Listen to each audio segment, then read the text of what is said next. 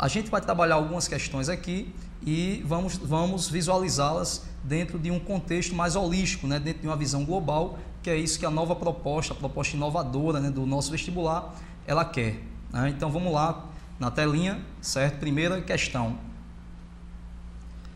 Bom, a primeira questão, ela diz respeito a uma síndrome pouco conhecida, que é a síndrome de Berardinelli.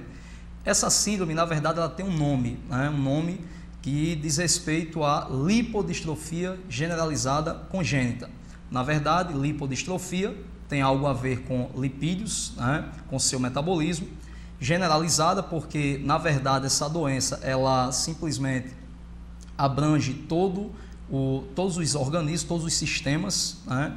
E simplesmente congênita pelo fato de ser uma doença caracterizada por um erro nos genes que são responsáveis pelo metabolismo, tanto de lipídio como também de carboidratos, de açúcares.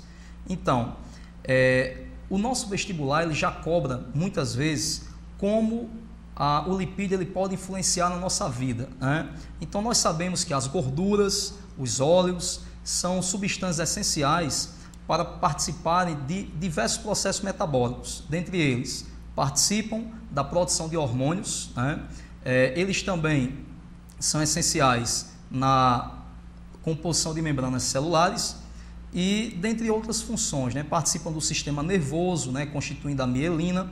Então, nosso vestibular ele sempre se detém as vantagens da gordura, as vantagens dos lipídios. Só que hoje a gente vai fazer um pouco diferente, né? Eu gostaria de saber, né, qual a desvantagem de acumular gordura em vez de açúcar, né? Só que, lógico, né, antes a gente vai falar um pouco a respeito dessa síndrome. Essa síndrome, a síndrome de Berardinelli, pode voltar, por favor. A síndrome de Berardinelli, ela simplesmente é uma doença genética e essa doença, de acordo com os relatos históricos, ela surgiu principalmente na região Seridó, né, a minha querida região Seridó, e simplesmente essa doença ela é caracterizada geneticamente, de acordo com os relatos, por um português chamado Caetano Dantas, que colonizou a cidade de Acari, aquela região, Carnaúba dos Dantas, e nessa região houve muita miscigenação, né, entre portugueses, índios, e simplesmente o Caetano Dantas, ele provavelmente tenha sido o português que trouxe, né, o gene da doença, né, tanto que existem, né, vários casos nessa localidade. O que caracteriza a síndrome de Berardinelli? Primeiro, a doença, assim que a criança nasce, ela tem uma dificuldade de diagnóstico. Na verdade, o médico ele tem uma dificuldade de diagnóstico, por quê? Porque como a criança é excessivamente magra, ela tem, digamos, um diagnóstico confundido várias vezes com desnutrição. Então, a criança é muito magra, com o passar do tempo que o médico diagnostica a doença, ele vai simplesmente passar uma dieta altamente regrada, em que o indivíduo portador da síndrome não pode comer nem sal, nem gordura, nem tampouco açúcar, né? Sendo assim, sua alimentação é totalmente regrada, o corpo do indivíduo é somente músculos, apesar de ser muito magro, às vezes o corpo é confundido com o de um atleta, né? Pelo fato dele ser muito magro, porém o corpo tem muitos músculos. Esse fato, logicamente, na mulher, ele é mais, digamos, no âmbito social, ele é mais prejudicial para as mulheres. Por quê? Porque a mulher, ela adquire um corpo mais masculinizado, né? A mulher fica com um corpo masculinizado, como a gente pode conferir aqui na telinha, certo? Na telinha, a gente vai observar aí, ó, por exemplo, que uma portadora, né, da síndrome de Berardinelli, ela vai ter, digamos, uma magreza extrema, não vai conseguir acumular gordura abaixo da pele, ou seja, isso compromete todas as vias metabólicas, lipólise, glicogênese. Por quê? Pelo fato dela não ter conseguido armazenar, formar tecido adiposo, né? Um indivíduo que seria muito magro. Bom, voltando, no caso, essa doença, ela influencia todas as vias metabólicas, como eu já falei anteriormente, e vias de substâncias que são muito importantes na nossa vida, né? Como eu falei, lipídio age na produção de testosterona e progesterona, ou seja, os hormônios sexuais, que são derivados, né, do colesterol. atua na composição das membranas celulares. Além disso, o lipídio pode participar do sistema nervoso, formando todo aquele isolamento elétrico do neurônio, que é a bainha de mielina. Tem ali as células de Chivan, os nódulos de Ranvier, tem o axônio, que é justamente onde a gente localiza a bainha de mielina, que é essa gordura, né, esse lipídio que vai simplesmente isolando, né, para manter uma boa transmissão, uma boa condução do impulso nervoso. Já o carboidrato é um componente considerado um componente energético, né, pelo simples fato dele ser a nossa fonte direta de energia, dele simplesmente ser facilmente assimilado. Muitas pessoas se questionam, né, por que o carboidrato ele constitui a fonte direta de energia para os seres vivos. Resposta é porque, além dele fornecer energia, é porque ele é facilmente assimilado. Mas muitas vezes o aluno pergunta: Renato, mas eu soube, né, eu pesquisando, estudando em casa, eu soube que o lipídio ele é muito mais energético do que o carboidrato. Realmente, né, a gente tem uma informação de que a cada 1 grama, né, de lipídio, cada grama de lipídio ele libera aproximadamente 9 quilocalorias, ou seja, uma quantidade de energia muito boa. Já o carboidrato ele vai liberar o que? Aproximadamente 4 quilocalorias, 4. Ou seja, a gente tem aí muitas vezes uma confusão, né? O aluno acredita que o lipídio, pelo fato de ele ser mais energético, ele constitui a nossa fonte direta de energia. Só que, na verdade, o lipídio não é a fonte direta de energia, e sim o carboidrato. Muito bem. Professor, então, no caso, né, muitas vezes o aluno pergunta: professor, no caso, se o lipídio, apesar de ser muito energético, né, isso é uma vantagem, né, a vantagem de acumular gordura em vez de açúcar é que a gordura é muito energética, né?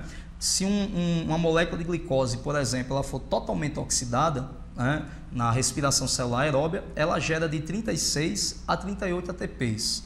Se a gente considerar uma reação química chamada beta-oxidação, que ocorre, no caso, no lipídio, se um lipídio, uma gordura, um determinado óleo, ele for totalmente oxidado, ele vai liberar aproximadamente 193 ATP. Pessoal, vestibulando, de 193 ATP para 36 a 38, nós temos uma diferença enorme, né? Então a gente já percebe que o lipídio realmente ele é muito energético.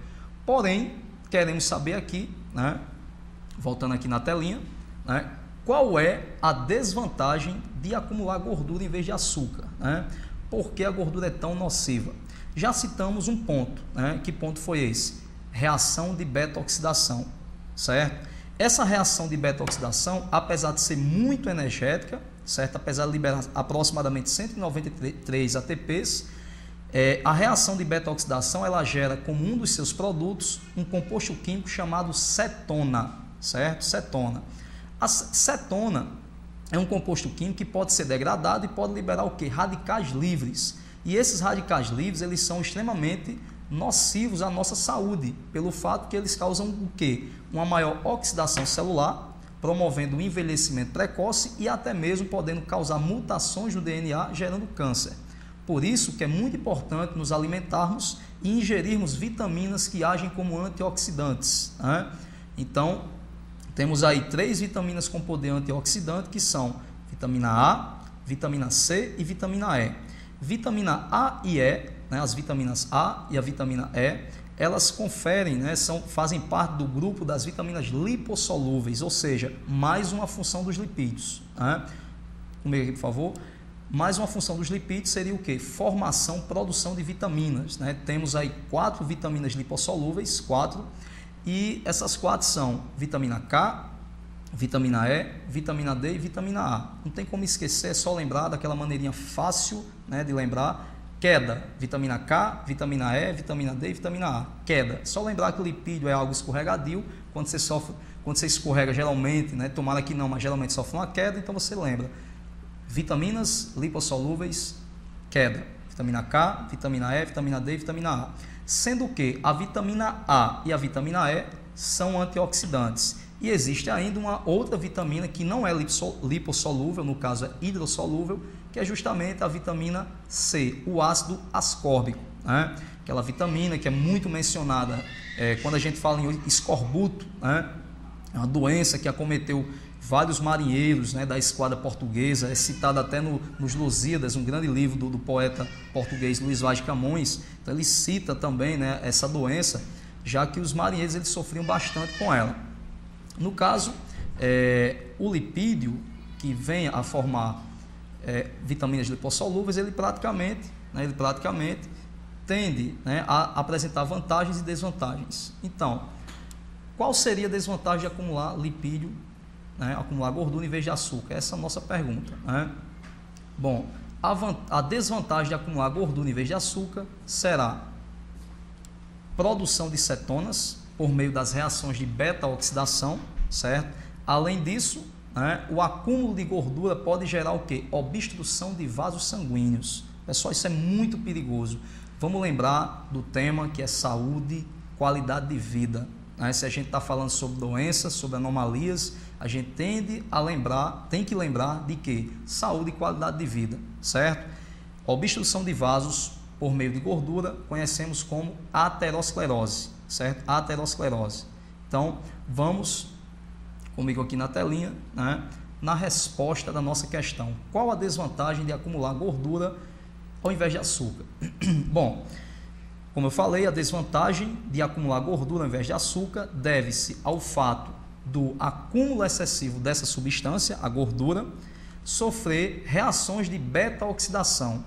Quando esse tipo de reação ocorre, são liberadas cetonas. Essas substâncias são o quê? São altamente tóxicas ao nosso organismo, certo? Podendo causar envelhecimento precoce e até mesmo câncer, né? Gerando mutações no DNA. Além disso, os vasos sanguíneos podem demonstrar uma obstrução decorrente do excesso de gordura em seu interior. É o que a gente chama de aterosclerose, certo? Então, uma boa alimentação, prática de atividade física, certo? Isso aí é essencial para a manutenção da qualidade de vida, né? Então não adianta você somente comer, logicamente você tem que ingerir alimentos para obter energia para realizar suas atividades, mas você também tem que praticar atividade física para eliminar o excesso de gordura, uma vez que ele pode ser bastante nocivo, ok?